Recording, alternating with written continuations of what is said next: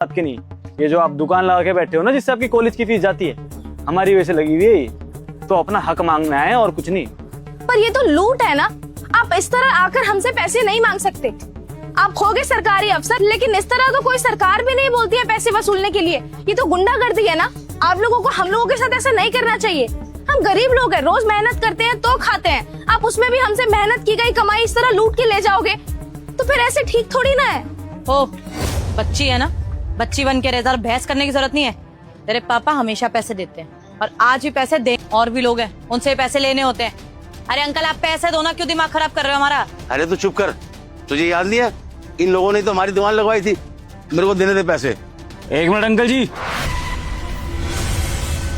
आपकी बेटी ठीक तो कह रही है? रुको भक्त, ऊपर मत करो।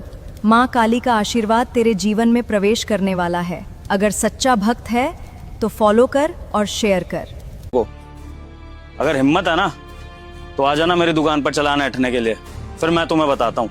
पक्की दुकान है एकदम, आसानी से तोड़ भी नहीं पाओगे और लाइसेंस अलग बनवा रखा है और जान पहचान मेरी भी है। तो एक बार आना तुम मेरी दुकान पे, फिर तुम्हें बताता हूँ मैं। ठीक? ओए बुड्ढे, एक बात याद रखना, मेरी दुकान पे जब पहुंचोगे ना, 1 रुपए का सिक्का भी वसूल के दिखा देना मेरे से, फिर मैं तुम्हें बताता हूँ। आना मेरी दुकान पे। कर मत बनी रहो, दे देगा अपनी बेटी का हाथ तेरे हाथ में। चलो मैडम। अंकल जी, आप खामखा डर रहे थे, आप ही की भलाई के लिए बोल रहा था, पैसे देने की जरूरत नहीं थी। इतनी तभी भाई साहब कहते हैं कि इतनी गाड़ी भी आपकी कमाई भी नहीं है, आपने इनको 500 रुपये फ्री में ऐसे ही क्यों दे दिए। तभी दादा कहते हैं कि कोई बात नहीं बेटे, ये आएंगे और क्रेन लेके मेरी दुकान हटा देंगे। फिर इसलिए मैंने इनको 500 रुपये दे दिए, क्योंकि कोई बाद में कोई दिक्कत ना हो, इसीलिए। और फिर दादा रोने लगे और हाथ जोड़ते हुए। ना? हाँ, मैं तो इस चीज के बिल्कुल खिलाफ हूँ। कल को तुम्हें आवाज उठाने का मौका मिले, उठाओगी ना? हाँ हाँ, बिल्कुल उठाऊंगी। मैं तो ऐसे लोगों के विरुद्ध जाके लड़ाई भी लड़ूंगी। बस ठीक है, मुझे इतना ही जानना था।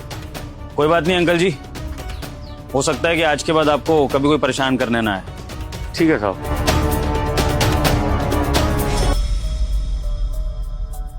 सर, बुलाया आपने हमको? हाँ जी, बुलाया था। आपके लिए एक सरप्राइज है। सरप्राइज? कैसा सरप्राइज सर? अरे चेतना मैडम, प्रमोशन लेटर है हमारा। हम ईमानदारी से काम करते हैं ना, इसलिए प्रमोट कर रहे हैं सर हमको। Sir, are you serious? Promotion? कब से हम दोनों वेट कर रहे थे कि प्रमोशन हो। इतने टाइम से हम लोग इतनी मेहनत से काम कर रहे हैं सर, ये तो हम डिजर्व करते थे। और बहुत अच्छा सरप्राइज दिया सर आपने। प्लीज एक लास्ट चांस दे दीजिए ना। मैं बोल तो रही हूँ, आगे से हम ऐसा नहीं करेंगे। देखिए, अगर आप दोनों मेरी बात प्यार से नहीं समझेंगे तो मैं एक कॉल मिलाकर ना यहाँ पर सीबीआई इंक्वायरी बैठा दूंगा। फिर आप और आपके जैसे कई ऑफिशियल्स पकड़े जाएंगे और फिर आप न्यूज़ में भी आएंगे। बेहतर है कि चुपचाप इस ऑफिस से निकल जाइए। आपके घरों के बारे में सोच रहा हूँ, इसीलिए इस बात को मैं ऊपर तक नहीं लेकर गया हूँ और अपने तक ही रखा है। तो प्लीज़ लीव माई ऑफिस, और अगली बार कोई भी नौकरी करें तो ईमानदारी से करें।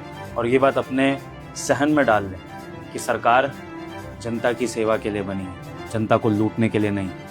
Got it? Got it sir.